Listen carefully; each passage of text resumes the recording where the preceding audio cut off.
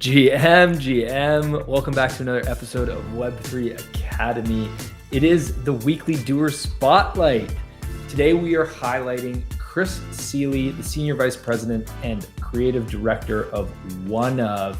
OneOf is one of the leading curated marketplaces in the NFT space. And we're going to dive into exactly what that means to be a curated marketplace and all the projects that they've worked with. You're talking the Notorious B.I.G estate, Whitney Houston estate, Sports Illustrated, Muhammad Ali, Michael Phelps, the list goes on. These guys are really deep into the music, entertainment space of some of the largest IP brands in the world, which have communities, and they're bringing them on chain. Chris also brings a wealth of experience, having worked previously over his 20-year career as a creative director and a chief marketing officer. He's worked with George Soros. He's worked with the mayor of New York City. He's worked with Wu-Tang Clan. I mean, this guy brings the full spectrum and knowledge of business building and how to create value for your users and your consumers and your community. We can't tell you how much that came through in this episode. It's just so important, and we all know that, but Chris really nailed that and shows in the ethos of OneOf and what they're building there and just incredible things. Chris also has experience as a general partner at Chainlink Capital, which is one of the leading crypto hedge funds. And he also was co-founder previously of Cover US, which was a health tech startup in the Web3 space. We didn't even have time to talk about that today, but his bio off the charts. You guys are just going to love this episode. So buckle up and get ready to have your mind blown by Chris Sealey from OneOf, where we break down exactly what big brands should be doing in Web3 in order to build community and provide value for your users. The future of social media is here, and that future lives in Web3 on top of Lens Protocol. Web2 social platforms are broken and ripe for disruption. You see, the epicenter of social media is the creators, and yet they are the most neglected. Web2 platforms like Facebook, TikTok, and Instagram are all essentially robbing creators of their worth. Creators are a new type of entrepreneur, forming new types of businesses. Yet with Web2 platforms, creators don't own their content or their profiles, and that's their product and business. Instead, they are tied to the platforms they choose to create on. Well, just like how crypto is freeing us from banks, Web3 is freeing us from these centralized platforms. On Lens Protocol, creators own their content, own their profile, and even their social graph and followers in the form of NFTs. This allows you to move freely from one social application to another with your content, profile, and followers moving along with you. Lens Protocol enables self-sovereignty for your social graph and interoperability across the internet. At Web3 Academy, we believe this is the future of social, and that's why we've partnered with Lens to ensure that the path of social media is heading in the right direction. Visit lens.xyz to learn more today. Are you building a community around your brand? Well, listen to this. At Web3 Academy, our motto is community first, profit second. Why? Because engaged communities tell you exactly how to improve your product and ultimately drive growth. They act as team members, recruiting new customers and providing crucial feedback. And they become brand superfans, sticking by you through thick and thin. But to engage your community, you must first understand them. That's where Chasm comes in. Chasm is our go-to Web3 tool for managing and understanding our community members. It combines both on-chain and Web2 metrics all in one user-friendly dashboard. With Chasm, you'll know things like which other communities your members are part of and which of your campaigns are truly driving results. That's why at Web3 Academy, we use Chasm to launch campaigns, optimize growth, engage our community members, and automate workflows with this all-in-one tool. If your community is already on chain, get to know them better with Chasm. Head to chasm.xyz using the link in the description and discover why top brands like Immutable, Nifty Labs, and Collabland are using Chasm. Chris, welcome to the show. Thank you so much for having me. I'm looking forward to chopping it up with you. Yeah, me too. Me too. We had a great conversation just off air before we hit record, and I'm really excited about this. So we were just chatting about, we got to start with a little bit of background before we jump into OneOf and everything you guys are building in your incredible NFT marketplaces and the clients you're working with, Whitney Houston, Notorious B.I.G, their estates, so many cool things you guys have done. But before we get there, let's start by giving the audience a little bit of an idea of who Chris is and your background as a DJ and your story of meeting Prince and spending time with him. We got to start there. Okay. Yeah. I mean, listen, when you talk about Prince, people listen. So let's talk about Prince. And I don't mean Prince Harry. People talk about him enough. Just to be clear for the audience, I mean Prince Rogers Nelson, which to me is the greatest Prince of all time. As you mentioned, I've always been a DJ, despite working for 20 years as head of marketing for, various companies and as a creative director. I've always needed that creative outlet. So I've been a DJ on the side. And it's a pretty great side gig that's taken me, all around the world to play music for the most famous people you can think of in kind of the greatest places. And I was never really that nervous, right? Because you just build up experience and it's just what you do. But one night I got a call when I was in New York to DJ for Prince at a tiny private club called Norwood in New York. And I got to tell you, for the first time, I was very nervous. Prince was my musical hero. And here I was going to DJ in a room that held about 50 people, and he's one. Wow. And I got even more nervous when Prince showed up at the very beginning, like at the opening when no one else is there except for me, brought 2 dates, as Prince does. Okay. And proceeded to sit in the DJ booth with me. And this DJ booth was about 5 feet wide by about 4 feet long. So here I am spinning records, and my absolute musical hero is about 1.5 feet behind me. And as far as I'm concerned, absolutely judging every move that I make. Right. And so, that's a pill to swallow. But a couple hours in, the party is going great as far as I can tell. And Prince is rocking out. He's playing the piano to the songs that I'm playing. People are dancing. It's a vibe. And then Lil Wayne walks in. And, What? And keep in mind, this club is the size of a large living room. Okay. Lil Wayne walks in very inconspicuously, but with a group of people. And at the time, he had the #1 song in the world, a song called Lollipop.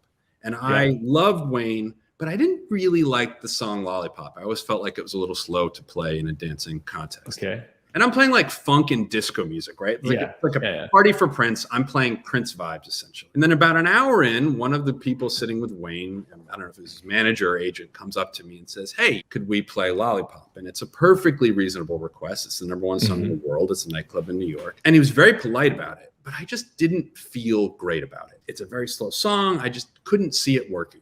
Okay. I was very nervous and I second guessed myself. And even though I knew it wasn't the right song for the moment, I did what they asked and I played it. Yeah.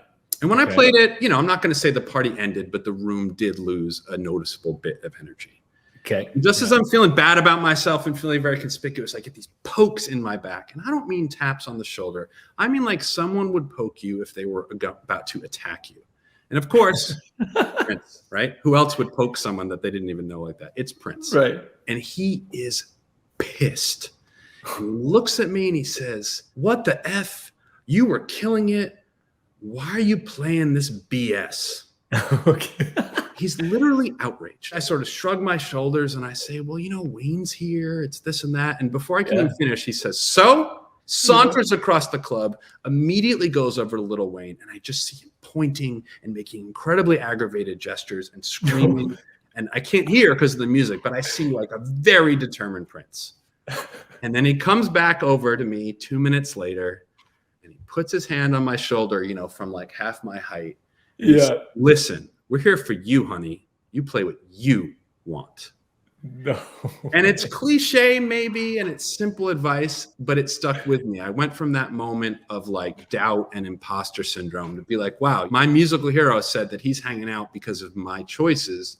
And now not only do I have the opportunity to make choices that I want, but like that's what people expect. And the reason I tell this story is not to flex that I know Prince. I mean, I'm already married, so I've told the I know Prince story many times to get to it. Worked in the past. Yeah, it worked in the past, doesn't need to work anymore. But it really reminds me not just of our challenge in Web3, which to me is as a creator and as an innovator, you want to be aware of what the market wants, but you have to have the courage to pursue that vision. But it also reminds me of how Web3 grew, right? You had this very small, very tribal group of people who essentially did not have an outlet for their creativity and innovation in the mainstream tech and art space. And so they created it. They essentially created this massive growth industry from a small community due to their vision. And so when we talk now and we see the fluctuation of assets and we see people going to jail and we see collectibles that we held dear emotionally and financially, maybe being only emotionally valuable to us at this point, I really feel like you got to sort of channel your inner Prince to the best that any of us could and keep creating and do what you think is right, doing what matters when it comes to bringing Web3 to everyday people. You know, that's what I try to do every day in my own life. And I really think that's what we try to do at OneOf since the start. And that's why I'm happy to be here. What a story. I love that line. And keep in mind, this guy's my absolute hero of heroes. Yeah. So for that to be an experience was really incredible. We're here for you, honey. Play what you want to play. Yeah, but in a much more aggressive tone. Like, not a supportive grandma, like together, honey. More like fucking get with it, man. Come on, you're better than this. Yeah, I didn't come here to waste my time listening to you play Lollipop while we're dancing a disco. That was the message, and it was the right one at the time. And to his credit, Lil Wayne and his team, they were totally chill. They got it too. Incredible. What an experience. Wow. Yeah, it was fun. So we've got to use that as I think a great transition into OneOf and where you guys are at in terms of the conversation you guys are having with these massive IP brands. Yep. Because I'm sure that some of these brands are unsure if they should enter Web3. You know, everybody's heard of all the big brands, you know, Starbucks, Nike, Reddit. They're all doing things in the space and they're probably using that as an example. But what's it like when you're in a meeting, you're pitching these big brands? Do they need that type of attitude, that Prince, hey, let's play this record, let's jump in? Do you need to come in with that conviction? Are they wanting to get into the space? Is it like a slam dunk when you guys are doing these pitches? Well, let me give a little background on OneOf, which may be context. Many people, know us as the leading curated Web3 marketplace, encompassing music, sports, and entertainment, right? But since 2017, we've also been providing software and consulting services to help brands get into the Web3 game. We've been powering rewards for companies like Warner Music, Uber, et cetera.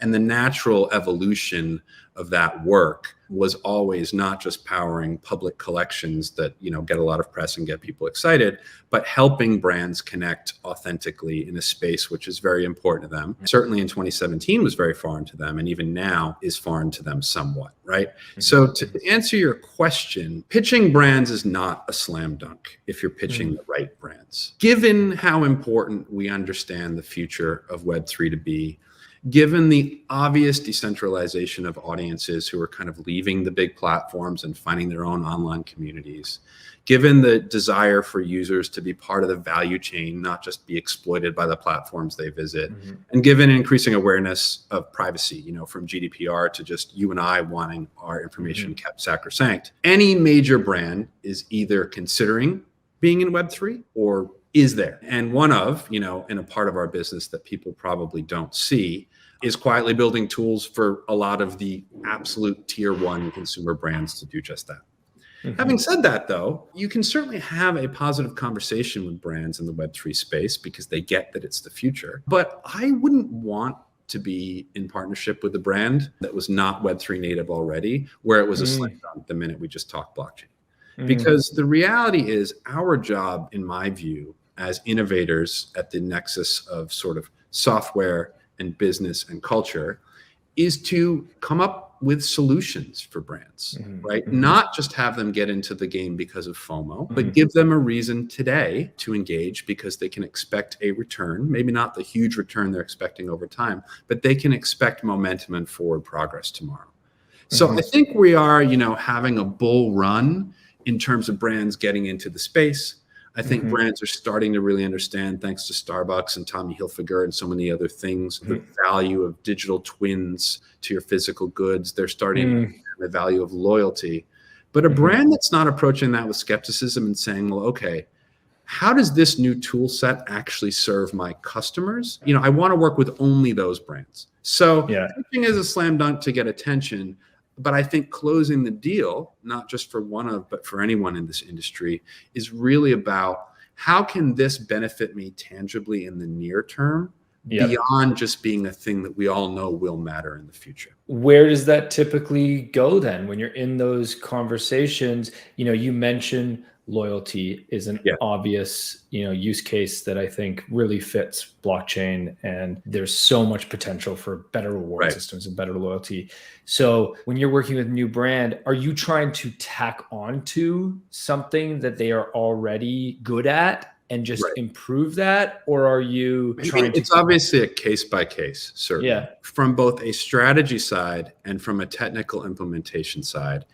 If you think you're going to go into a Fortune 500 brand and change how they do business so that they can incorporate a Web3 outlook, I think you've probably got it wrong. This means that you want to be aligning with their internal strategy and coming up with solutions that actually benefit them, as I mentioned. And it means that on the integration side, you sure as heck better have your loyalty program tie into their existing database systems. Right. You sure as heck better have a Web 2 style onboarding like OneOf has and has had since the beginning, where you can sign up for a pretty complicated crypto identity, but do it in a way where you're just giving an email and a phone number and it takes 2 minutes. Because I think we need to understand that, consumers are not people who engage in long debates on Twitter. Those are people looking at the future, and we need to look at them now. It's funny, the first project we ever did with OneOf in many ways feels more relevant than it ever did. So we're working with iHeartRadio, which is a huge, radio and entertainment network. And they had something called the iHeartRadio Music Festival. And it was basically a giant concert, Coachella, like any of these things. And every artist you can imagine was performing. This was early 2021. And they wanted to get into the Web3 space. But, they didn't have the visual rights or the representation rights to the artists. It's not like I could have made 1 million Dua Lipa NFTs and sold them on iHeart's behalf. And so we essentially started a loyalty thing where we gave away 1 million NFTs, literally 1 million NFTs. 1 million. Wow. And this is in 2021. Yeah. Basically in one day. Wow. We minted them at an unheard of cost, basically zero marginal cost, when at the time, you had $150 plus fees on ETH. People were paying $5,000 in gas to make and that's why, at the beginning of the commercialization of digital collectibles, the prices were high. It wasn't just that, artists should, and I do believe should get paid commensurate with the value they create, which I think is priceless at times. It was just the economics and the engineering prevalent in the industry didn't allow scale and didn't allow regular people to participate. And when you look at our founders, Lynn Dye, Joshua James, and Adam Fell, from the very beginning, they had thought the world does not need another blockchain marketplace where you have to be a crypto expert or a maximalist or a rich person to participate.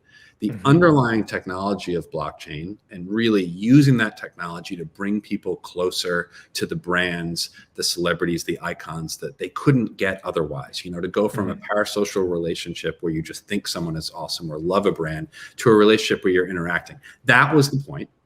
And what seemed like a crazy thing to do, giving away these 1 million NFTs, minting them, our amazing production department actually got them all out the door, attaching sweepstakes to them.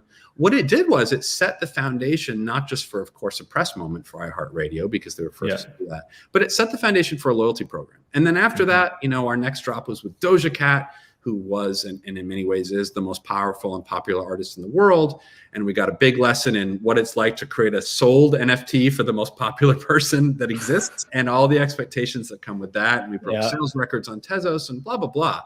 But here we are, 2 years later, and somehow that initial NFT where we had to mint quickly, we had to do no harm to the environment, we had to get essentially a loyalty mechanism in the hands of, in this case, 1 million people and leverage the brand equity or leverage a moment in time, an event. That feels like where blockchain has always been, but where more recently is more publicly going. Very interesting. So has the iHeartRadio drop turned into loyalty in some way? Yes. I mean, they use it. We did a bunch of things with the Breakfast Club. We did promotions of drops. The Breakfast Club is just like a seminal morning talk radio show that mostly touches the hip hop community. So the great thing about OneOf is that even through sort of the ups and downs and market fluctuations, we've sort of set about to have longer term partnerships with our clients. Even if it's one drop and one drop only in the contract, we absolutely plan for it to be 100 drops over the next 100 years, and that's allowed us to sort of stay with these clients over time. We've got more stuff coming up with iHeart now. It allows them to sort of gain an understanding. Because remember, the other thing brands need to understand is the brands you want to work with have tremendous brand equity and they want to be futurists and they want to get into the space. But we all know how opinionated that Web3 space can be. We all know how passionate it can be. And I think these brands need to work with companies like ours and other companies who can keep that in mind, because we're not just here to sort of deliver a drop and say, see you later. We're here to empower these brands, whether it's through SaaS software or through managing them through an initiative to get business results. Because at the end of the day, art and commerce always have a tricky and many times fraught relationship. The beauty of blockchain, right, is that it deals with rewards and it deals with commerce incredibly well. And if we can apply creativity and business strategy to that, that's when these big brands really start to pay attention.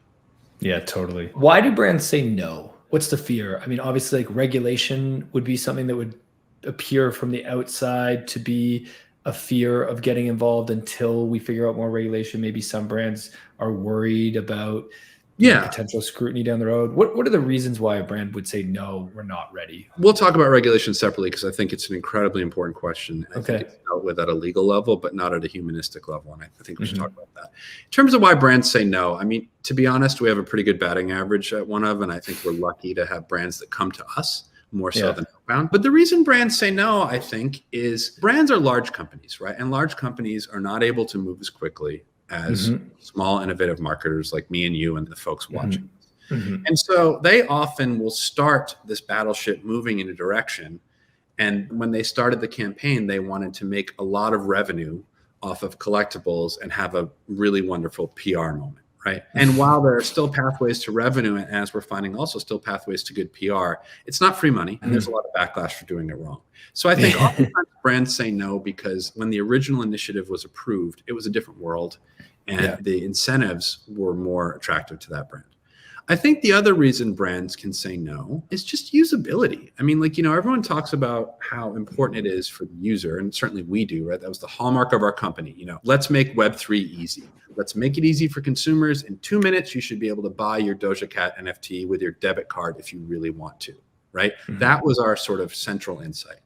And the other central insight, which we've also been pursuing and which I think is becoming more talked about, is ease on the brand side. I'm a huge brand. I've got an audience. They mean a lot to me. Chris from OneOf is telling me all the right things. We're on the same page strategically. Oh, but wait, what? I have to have all my users go get a Web3 custodial wallet and KYC in all these complicated ways, and spend 20 minutes after they've decided to make that decision, and half of them, they call me and I don't really have the customer support to guide them through it. And wow, I've just leveraged my trust to get them to take a step. They've taken all these complicated actions, and now they're just square one. Well, brands say to themselves, with all that goodwill from the consumer, I could have gotten a lot more out of that. So why am I taking down this pathway? And so I think it's really ease of integration into the brand's existing brand strategy, into its existing business objectives in a real way, and into its existing systems. I mean, that's the boring part that people like me don't want to talk about. But, like I said, if it doesn't work with your current database setup, you're probably not going to replace your entire company's CRM just to have a Web3 program.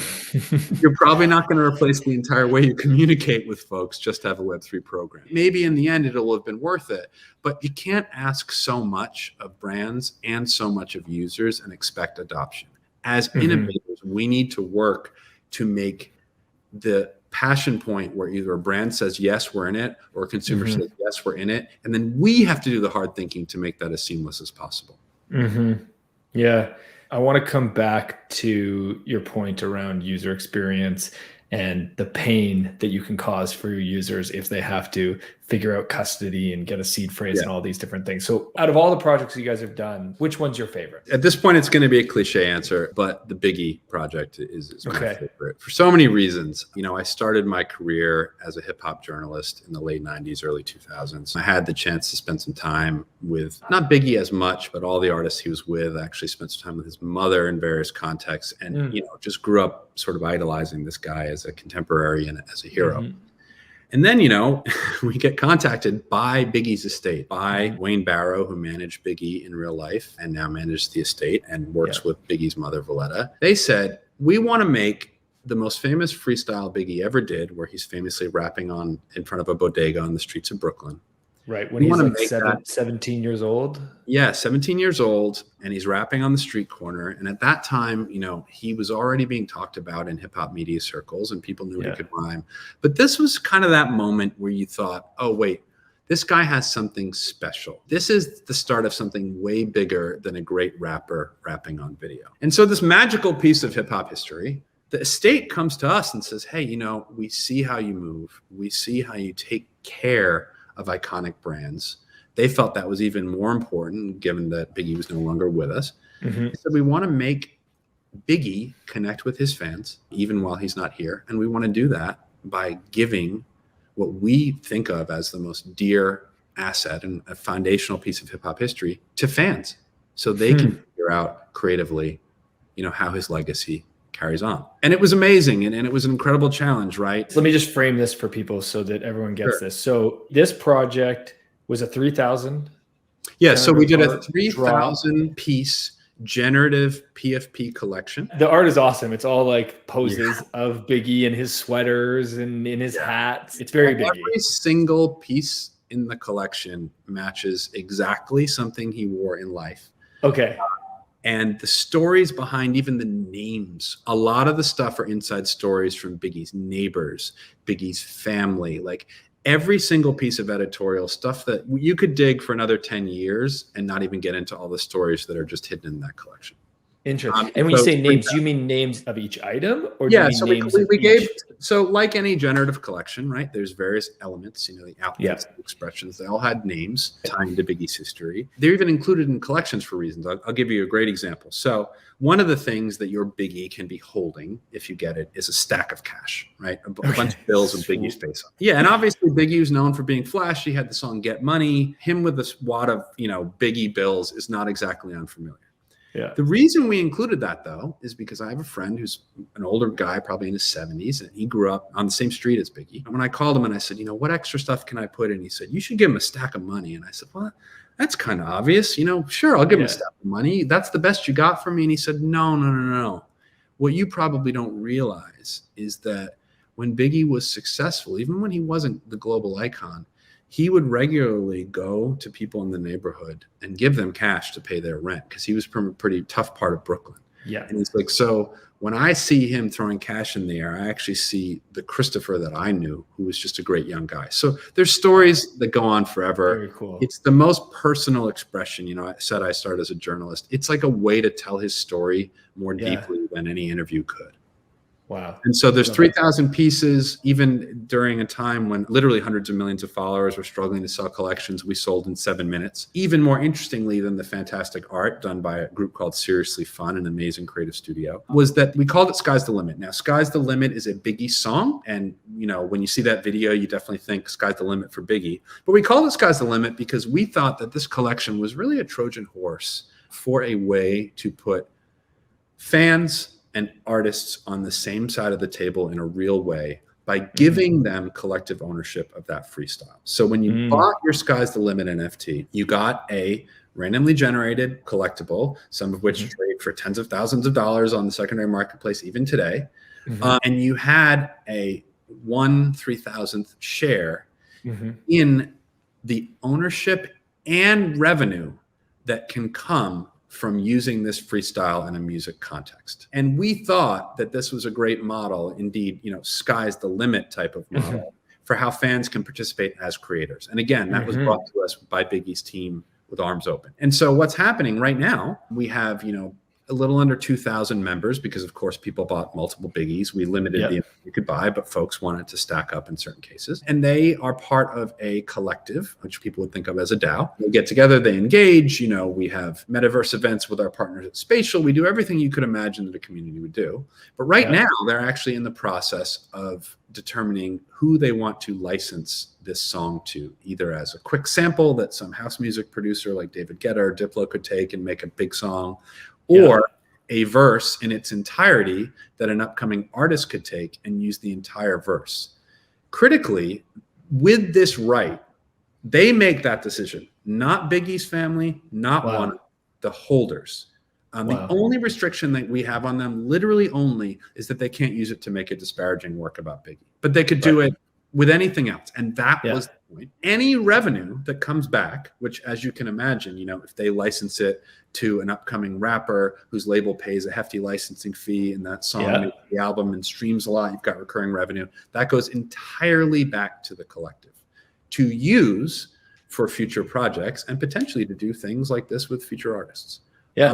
So it really, when I was doing interviews for the process, people said they kept calling it a posthumous NFT drop or the drop from a dead rapper. And it really wasn't. Right.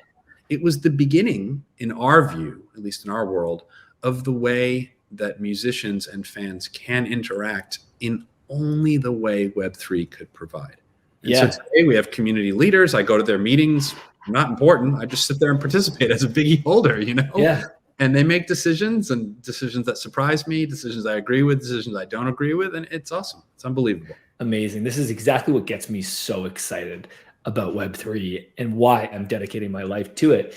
Is there is something so powerful about having a vote, about being able to have your say control outcomes that most people don't get those opportunities day to day, especially not for one of the biggest rappers of all time and one of his most cherished and famous pieces. The most cherished, yeah. I mean, and it was something, listen, this has been the most famous freestyle in rap history since 1994. The family's been sitting on it, untold amounts of money probably thrown their way because they wanted to find the right way to have his legacy live on. And they were very simple about it. If you ask Wayne Barrow, I mean, he's got many beautiful things to say, but it essentially boils down to Biggie made music for his fans. If he was here, he'd be engaging with his fans. And this is the best way to do it. So you just never know where this goes, right? Like this is what gets me so excited is like community is so powerful because community has the ability to create rapidly, to create what the community actually wants, not what the big company tells the user that they want. And so when was the drop again? The drop was about 9 months ago. It's all such a blur.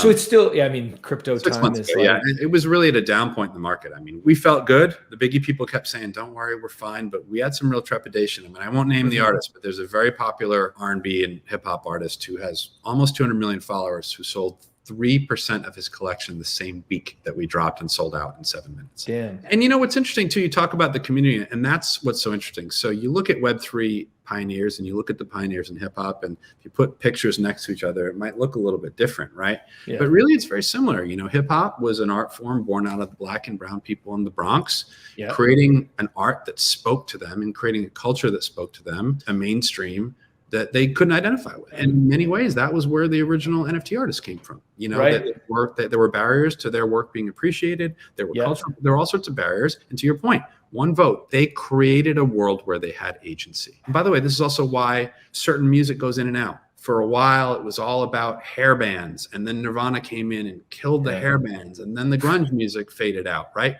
Hip hop, what happened? It never faded. Why is that? Because it's a culture, not just a music. It's a community. And that's why I've got hope for Web3. And when people say to me, what are you doing in Web3? Couldn't you be doing so many other things? And I say to them, well, I could, but this is the only industry where I can do all of those things as part of my daily job. I'm so excited for this Biggie thing because community is so composable over time, right? So the community is just, as you mentioned, starting to get together and they're having votes, it sounds like, and trying to figure out how they're going to sample or use. Or and they've elected leadership. And now, right. So exactly, those things can lead to so much more, right? Like now that you have leaders, you figure out how you communicate. Who knows what they do? I mean, it'll be exciting. We could well be in a situation where some incredibly famous artist wants to use the sample and they say no. In any other business, you'd think, my God, what are we doing? But that's the magic, right? Yeah. We are essentially putting our faith in the power of community, in the power of everyday innovators who come together because they love Biggie. And we think the net result of that collective enthusiasm and genius is smarter than something I'm going to think of. And I'll take that bet any day. Yeah. That feels like a great bet. Yeah, wow. Super powerful. Okay, let's move on to some other projects because you guys have so many that I'd love to chat about. Yeah, sure. I know you guys have done some work with Duke basketball. For those listeners who don't know, Duke is a American college and their basketball team is one of the greatest basketball teams of all time. My personal favorite team. I grew up loving Duke, loving the old teams of Carlos Boozer and Jay Williams. I'm an 80s baby, so it was in the mid 90s through their many runs. And Coach K, their coach who just retired last year, is a total icon in the sport and definitely a leader that I look up to as well. And I know you also a big basketball fan. So let's talk a little bit about what you guys did with Duke and tell us about that project. Yeah, so as basketball fans know, Duke is an iconic program. It's been helmed by Coach K, who for the past 40 plus years has essentially been arguably, along with perhaps Bill Belichick, the most successful example of leadership and success in American sports coaching. To say he goes beyond the game is an understatement. And he was ending his career at Duke and retiring. And his very last game in the regular season was with North Carolina, which, if folks are familiar, is the arch nemesis of Duke in every part. They are just a few miles apart, and they could not be more different in terms of culture, in terms of student body, and it's a brutal rivalry. And so, Joshua James, who is one of our co-founders and really is the one that creates so many of these relationships for us, he was actually connected to Paolo Banchero, who is now the star of the Orlando Magic and the number one player at Duke, and therefore had some visibility into the Duke program. And we just started chatting, and Duke said, we want in on this NFT thing. We want to honor Coach in his final game, but this is a 70-year-old man who does not need NFTs to be popular. And who has the biggest game of his life, and let's not bother him, but let's celebrate him. Okay. So what we learned about NFTs in this case, or digital collectibles, was you can create a moment by issuing a collectible, but if you create a collectible or a loyalty token that celebrates a moment, it can become even more powerful. So long story short, we spent a lot of time with the Duke program. I mean, for a basketball junkie like me, getting to see all these hidden parts of the locker room and seeing all the trophies and seeing the history. I mean, it was unbelievable. We got to go to a game, and you're in the crowd. I mean, it was wild. You got to immerse yourself, right? Because you're telling some story. And we essentially issued commemorative collectibles, tickets using some really incredible 3D art, commemorating that game, almost like, people save ticket stubs from notable events. Graded by, collectibles companies like PSA and SGC. And then we also did a series of one-of-one championship rings. Many colleges, when they win a national title, will make commercially available a replica of the championship ring. So that boosters, friends of the program, or fans like you and I can buy one. Duke famously does not do that. So in addition to these tickets that we sold, these commemorative 3D, very beautiful tickets that sold out immediately, and some of them had utility, to students that were part of the fan section. I mean, it was really embedded in the campus. We did these one-of-one NFTs where we did these championship rings, where if you were a collector and you're the ultimate booster, you could buy one of these. And originally, unfortunately, we couldn't get it through the NCAA licensing department. We actually had the Duke announcer recreate the famous calls from the games, and with these championships, we bundled that in there. The final collectibles didn't have that. And what's interesting about this is, you spend all this time with Duke, and from start to finish, we had about 6 days to do the project by the time we were through all the red tape. And, the game is the game, right? There's no way they're going to say, well, hold on, let's reschedule the Carolina Duke game. Chris can have a little more time on the creative side. But we pulled it off. When we spoke to the NCAA later, they mentioned it was far and away the most successful college sports digital collectible of all time. At least at the time it was. I think it probably still is. It's really a testament to leveraging a moment. That's the thing. If there's 13,000 people that fit in that stadium and not one more, and tickets are going crazy, how can you use Web3 to bring people closer to something they love, whether it's a brand, whether it's a moment, whether it's a game? And so that was amazing. It was the power of a moment, I think, is how I think about that. And it's so interesting how much you're using the language digital collectible as opposed to NFT. We need to erase the use of NFT for mass audiences. If I was going around and I was telling you about my SMTP setup for my email rather than referring to it as email, it makes no sense, right? It's like tech talk. But we love to collect as a culture and as a society. You mentioned tickets. I'm a massive Dave Matthews Band fan. Right. And I've seen them over 60 times, and I have the tickets from every show I've been to. But what happened at one point in the last decade was people stopped printing tickets, and you just started getting these lame PDFs, right? And a PDF isn't a collectible. Like, what the heck am I going to do with that? So now we have this opportunity where you can create something digital that is collectible that you could potentially sell later, which is in through a liquid market, which and is create community through, right? I mean, exactly. And it's a massive opportunity on both sides. If you look at how tickets work, they are run through Live Nation Ticketmaster. So just as you are seeking something that has emotional value to you because you love Dave Matthews, right? And you don't have that ticket anymore.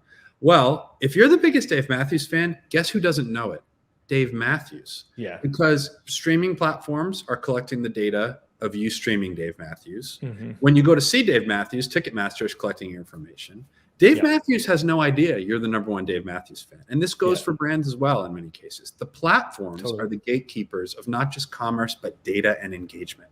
Mm-hmm. And if you're a creator, whether you're Dave Matthews or an independent artist, we're about to launch a really interesting program for independent artists that I can't talk about. The number one collateral, the most valuable thing you have is to know who your fans are and who's really passionate. That's what the incentive is for these brands to jump into Web3. It is a actual direct to consumer relationship where the give and take is you have to give some value to consumers, but in return, you're really connected to them, and you're connected to them no matter what platforms become popular or less popular in the future. You're traveling with them. You are essentially giving them an asset, or in our case, sort of a very complex blockchain wallet that doesn't feel like it. And you're going with them as they move around the internet and being able to provide value to them, and they're feeling closer to you. So that is essentially the bargain.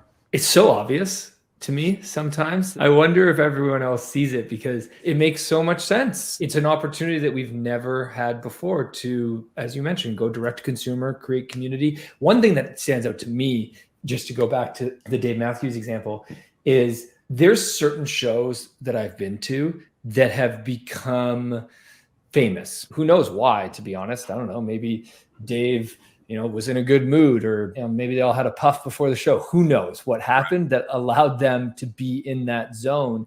But it would be super cool to be able to connect with who else was at that show and know that you were there. When you talk about our founders, right, you have Adam Fell, who runs Quincy Jones Productions and has been next to the biggest names in music, working at the side of the most successful music producer literally since Mozart, right? Yeah. We've got Lin Dai, who's been building this blockchain software since 2017 and running large media companies before that. And you've got Josh.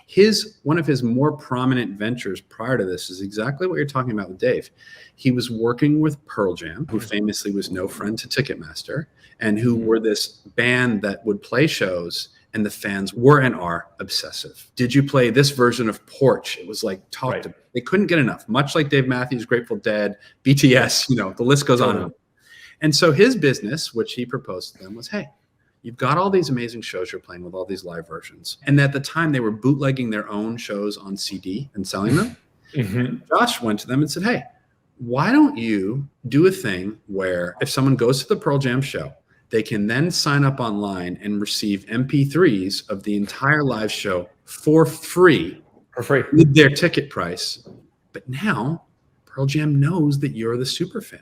And it was a very successful business that expanded Linkin Park, many other artists. And what you're talking about, right? This very simple non-Web3 way of saying, wait a minute, you're passionate about me. I don't know you. Let me give you something of value so that you can announce yourself to me, and we can now be in partnership creating value together, right? That was Basecamp Productions, and it's Web3 in, I think, its most purest form today. Yeah. Yeah, I love that. Any other projects you want to mention quick before I want to move on to talking about your marketplace and the focus on UX and wallets and how you're getting people onboarded, and when you work with somebody like Biggie and somebody's never had a wallet before, what it's like for them. But before we get there, two projects come to mind. One that's ongoing and one that's more in the future. Working with eBay, we were the first company to release an official NFT with eBay, exclusive official NFT partner. In doing so, we worked with our friends at Sports Illustrated and talk about bucket list. The first digital collectible we released with eBay was Wayne Gretzky. You're Canadian, so you may have a more nuanced point, but pretty hard to argue that he's not the most iconic hockey player. And then our second NFT collectible was Muhammad Ali. And the list just goes on and on and on. And so we've been able to go through the sports world with our partners and really have these incredible moments. Michael Phelps just dropped, and, we're spending time with these athletes telling their stories. So that was amazing, both to sort of be at the forefront of digital collectibles with a giant like eBay and do it with the biggest names in the industry, and also like Sports Illustrated as well. And then something, unfortunately, yet another one of these, it's going to be great, but you can't hear about it. The brand stuff that we're doing now, we're not just working with any brand. We're working with brands who are consumer brands that really have something of value to give to their users. And, we recently were invested in by American Express Ventures. That is the dream in many ways for us, because Amex is not only at the forefront of, credit and banking sort of globally. If you have an Amex, all of your important purchases you put on that Amex, and you do that because they're trusted. They are implicitly the most trusted, probably financial thing that exists. And working with them in very smart ways to help leverage that brand equity and trust and help them engage with users in the Web3 space, and also support all of the myriad of businesses and ventures that work with Amex, use Amex, and sit under Amex. That's been a really exciting thing. And it's been happening for a while. We're sort of just at the beginning. And that's exactly the type of use case I'm talking about. Consumer-facing businesses who have value to give and realize that giving value to your members pays itself back tenfold to your business. I would love to push you more on Amex, but I know you can't tell us more. So that's totally fine. We'll come back to that in a future episode. When people use OneOf right now, yes, are they using their Amex or XYZ credit card to buy? Yeah. What are you seeing? So like I said, we've been building software since 2017, using it for brands and then also for our own use cases. We have our marketplace. We keep a very tight rein on it because the brands we're using, they expect a curated marketplace. We work on multiple proof of stake coins because obviously artists and businesses care about environmental impact, et cetera. They care about ability to scale, at low cost. And I was there when we were doing the logo for the company. Everything was based around usability. So as I said, when you go to OneOf, you sign up and you give your email and your phone number, and that's it. And you have a very sophisticated multi-sig, multi-wallet Web3 identity that is now supporting you. Doesn't feel like it. You don't need to know about anything. You don't need to have ever bought crypto or even know what Coinbase is, but you have a lot of power behind you. If you are a crypto expert, you can export all your assets out into cold storage and whatever wallet you have. You can really tweak it. But we built this for everyday consumers. So in 2 minutes, you've got the power of a Web3 identity. And you can buy, like you said, NFTs in many ways. Over 100 credit cards and debit cards worldwide.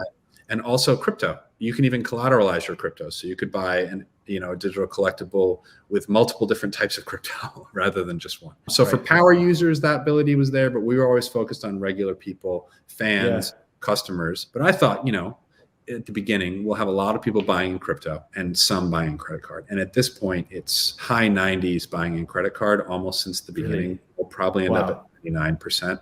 Except for the true whales who are essentially diversifying assets. Yeah. And I think it speaks to the need for the beauty of the technology of Web3, the privacy, the value, going from a one-to-many approach as a communicator to a peer-to-peer universe where creators and brands can be at the center, but not always shouting at people, but be in conversation with the conversation. None of it works if it's too hard to sign up for. And I think it's easy to sign up for. And that's also pricing. We very easily could have sold our biggies for $100. We could have 5x that and sold out just as easily. Right. Not. Many reasons. One, Biggie didn't make music for elites. He made it for regular people. But two, we want the value, we want the ride to be something that everyone gets to participate in. If you buy something for 100 and it's an emotionally valuable thing to you or appreciates financially, you're a more loyal OneOf customer if you've seen the benefits. We sold a Whitney Houston NFT that came with an exclusive access to a song no one had ever heard except for Whitney's sister, Pat, who managed her and Whitney. We sold that for, $1 million. And so obviously for high-end collectors, at the time when that market was robust, and in many ways it still is, we have stuff for that. But in that same Whitney collection, there was a $10 Whitney NFT, and that was important. So average mint prices, they range, but what we want to do is we want to grow with our audiences, and we want to work with brands and artists who want to do the same. This is not a rent-seeking mechanism. This is not a value extraction mechanism. It is investing in the people that you want a relationship with, who are your customers. Just looking at, I think the floor price on the Biggie NFT is 300 now, $300 US. So worst case scenario, you 3x, you get to tell everybody that you own the best rap freestyle of all time. And you have this super cool Biggie where I spent dozens of hours getting the sweater fabric right. Everyone should probably give my wife like $10 for all the time I missed around the family obsessing over those details. So if you hear me, If you're out there and you own a biggie, I'll have my PayPal at the bottom of this screen. Yeah, exactly. Here's my Sealey ETH. family fund. That's got to be one of the only assets that actually appreciated in value in the past 6 to 9 months. I mean, well, you know, it's funny. There was a question you had asked me earlier, just informally, and it was, is there something you bought for under $100 that you really love? Right? I am very happy that crypto is now becoming part of institutional finance. I'm happy that it's being regulated, and we can talk about why. I'm happy that a ton of people made, in most cases, way more money on crypto than I did. I'm happy of all those things, even through the ups and downs. But at the end of the day, as someone who's a creator and a marketer, I cannot control market fluctuations. If I could, we'd be talking from my gold helicopter hovering above my gold mansion, right? But what I can do is put my hard work into creating something that's emotionally resonant. So I run a crypto hedge fund of funds called Chainlink. It's the most successful hedge fund of funds in the crypto space since inception, and it does well. I'm a founding general partner with Andrew Hoppin and Paulo Orgel and a bunch of other great people, and had a good year. The most successful investment I have made easily in the past 3 years is buying a Jason Tatum Panini Prism basketball rookie card for $90. I'm proud to report, that it is now probably about $230, maybe $200. I feel like a combination between like George Soros and Nostradamus. I love the Celtics. I love Jason Tatum. Yeah. I knew he was going to be great. I knew it. I saw it. Former Duke player too. Yeah. I put down a not insignificant $100 on a piece of cardboard, and here I am, up 200%, right? And I don't care if that thing goes down to $2. Yeah. Well, I would, because it would mean he was injured and I'd be sad. But it's the emotional resonance. It's that I'm a fan. It's that I can feel like a kid. And if we can create things that are collectibles that bring a childlike joy or an emotional thing, or for brands that bring loyalty that is more than skin deep, that is more than transactional, that is value creation. Now, business people can take that very visceral, very humanistic value creation and scale businesses on top of that and create economic value. But all you can do is create human value. And from there, you can build businesses. So when you're creating something, try to create something that you love and that other people will love. Because let's be honest, right? If you have a lot of money, yes, investing in crypto was a great way to make more. It was also a great way to lose it. You could just park it in Vanguard and do fine over the past few years. Why are you engaging in Web3? It's about possibility, it's about loyalty, and it's about engagement. So there needs to be those feelings that go beyond what you see, you know, on your Coinbase or eToro account when you log in. It's the biggest thing that I don't think anybody can understand until you play in the game is ownership is fun. And it's difficult to make that leap for digital because we don't own any of our digital stuff currently, thanks Web 2. And not to hate on Web 2, because look, Web 2 connected the world, gave us incredible social platforms that allowed us to learn and to speak to each other, and incredible communities they built as well. So I'm not hating on them at all. But once you own a digital item for the first time, the emotional resonance, as you said, similar to your basketball card, that feeling that you get, it's hard to describe. And then that roller coaster of it going up or going down, and that continued emotion you also get to experience. Like, but that aside, you feel a part of it, right? The roller coaster doesn't make me feel less passionate. It may upset me on a day when it's down, but I'm invested, right? And this sounds very trite, but I think it's really true. Brands have that same opportunity. Like, obviously, I think that basketball is more fun to me than benefits I may get from my coffee company or my bank or something else. But I still have chosen those businesses to work with for a reason, and they can still inspire emotional and emotive feelings in me by giving me benefits that I want, or better yet, by allowing me, and I think this is where like loyalty programs come in a lot of what we're doing, by allowing me to create my own benefits, by allowing me to dictate to them, hey, of all the things that you could give me, here's what I find valuable emotionally, financially, and otherwise. And I think that relationship, as you say, right? Web 2 brought us all in the same room, and sometimes it's happy and sometimes it's terrible. Web 3 puts us on the same side of value creation, and it inspires businesses to look at us as not customers or even people they serve, but collaborators and valued members of their brand, whether their brand is Jason Tatum Inc. or Univision. Yeah. Couldn't have said it better myself. Okay. Before we wrap up with a speed round, I mean, we could go with this interview forever, but I'm sure you've got many business proposals. You're saving, interviews are more fun than meetings, but you're right. I'm saving you from that. Right. Okay. I want to give you a chance to give a show for OneOf. I know we've talked about it throughout the episode, but where can people reach out to you, whether you want to show the marketplace or the client side and the software side of what you guys do? Tell us a little bit about it. Yeah. So right now, our public facing OneOf is at oneof.com, and that is our marketplace of digital collectibles. A lot of the brands we work with have collections on there and will have collections on there. And in the coming months, you're going to see a more public opening of the kimono to show what we've been doing for brands since 2017. So, we can include my contact information at the end of it. Yep. But ultimately, if you're a collector, I think if you're watching this episode, you probably already know where OneOf and where to go.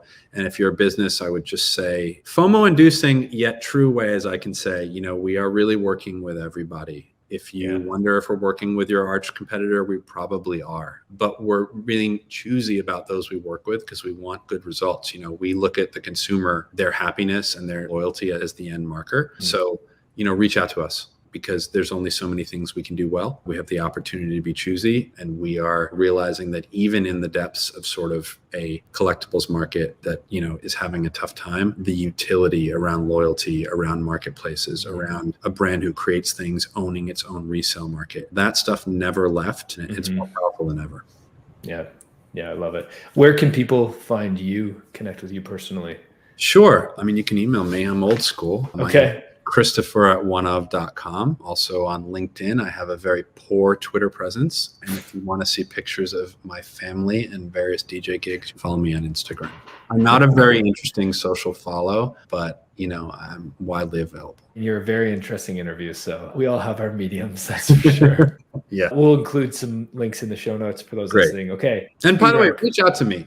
I'm telling you, I've given speeches at colleges, and the 19-year-old person that reaches out to me, we end up working on businesses together. When I was younger, and even when I was in business, I always thought, oh, they don't really want to hear from me. Trust me, I want to hear from you. I am so busy. I need the inspiration from courageous people who are bold enough to reach out. It helps me. Cool. I love it. Okay, speed round before we wrap. Let's do it. A couple quick questions. What's an NFT you'll never sell? Biggie, it represents months and months of my life. Greatest rapper of all time. I want to see where it goes. Sky is the limit. We chose that title quite purposefully. I love it. A must-read book. Oof. All right, I got two. Very different. One is called A Fine Balance by Rohinton Mistry. It's a fictionalized book about the caste system in 1970s India. I know that sounds weird. But really what it's about is the interdependence of humanity and how fragile society and democracy can be, especially in tough times. And obviously, we're experiencing some tough times now. And I think it's an incredibly poignant book, an incredibly tragic book, but even amidst the struggle, you really feel quite inspired. I read it many, many years ago, and it sticks with me to this day. The other book, which takes 5 minutes to read, is the book that I read to my 2-year-old daughter pretty much nightly. It's called What Do You Do with an Idea? I also read it to my 7-year-old son. And it's really just about creativity and courage. And it's, 15 pages geared at 3-year-olds, but it's got more wisdom than most adults, myself included. Well, I'm going to have to get that. My wife is pregnant right now with their There's 5 or 6 books that they're for the kids, but really it's I'm getting more when I read them. I'll send you some. Cool. Definitely. Okay. Last question. If you had a billboard that 1 billion people were going to see, what would you write on it? I would write, "Stop being scared." This is a little more separate from Web3, but it relates. So I would say stop being scared on a billboard, because as someone with 2 young children, I am very aware and very disappointed by how much fear runs our society. You have these extremist leaders running countries into ruin, running countries into war. You have a lot of tech founders and celebrities who act like children because ultimately they're quite insecure. You have young men in America growing up lonely, turning to guns and violence. You have people that are just afraid of people that are different because of their religion or ethnic identity or sexual identity or choices. And then you have so many people, you know, myself included at times, who are so burdened by their own fear of failure, right? And if we could just get past that, we could just do so much more for society, you know? So like, if you could just try, you know, social media is not real. Everyone is just as scared as you are. But creativity is an act of will. It's not inspiration. It's not an idea. It's an act of will. And despite the fears that we all have as innovators, as creatives, as Web3 pioneers, you know, there's a lot of joy on the other side of that fear. And I would tell people to stop being scared and find a way to push through the fear and find that joy. I think if we don't do that, our industry will suffer. And if we don't do that as humans, our society is not going to be what we want to leave to our kids. Wow. Mic drop. That was very inspirational. I mean, that's the important stuff, right? But it relates. You know, we're creating a community in many ways, a society in Web3. You know, we have to start as we mean to go. I think that Prince, however many decades ago, when he tapped you on the shoulder and said those words to you, it's clearly made I was scared that day with you. know? Yeah. I was scared. That's the point. I'm scared today, but you know what? You got to push through. Stop being scared. Keep showing up. I love it. Chris, this has just been an absolute pleasure. Thank you so much for the time. Thanks for your insight. And thanks for being a leader in the space. Thank you so much. We appreciate you. Thanks for listening, everybody. Have a wonderful day. Thank you for listening to Web3 Academy. We hope this helps you along your Web3 journey. And if it does, please share this episode and subscribe so you don't miss the next one. Nothing in this podcast was financial advice. Crypto and Web3 can be risky. You can literally lose it all. In fact, if you invest on account of what we say, you probably will lose it all. So don't do that. In all honesty, the point of this podcast is to remove the noise of markets and price and focus on utility and implementation anyway. So you should not take any of this as financial advice. Thank you, friends, and see you in the next one.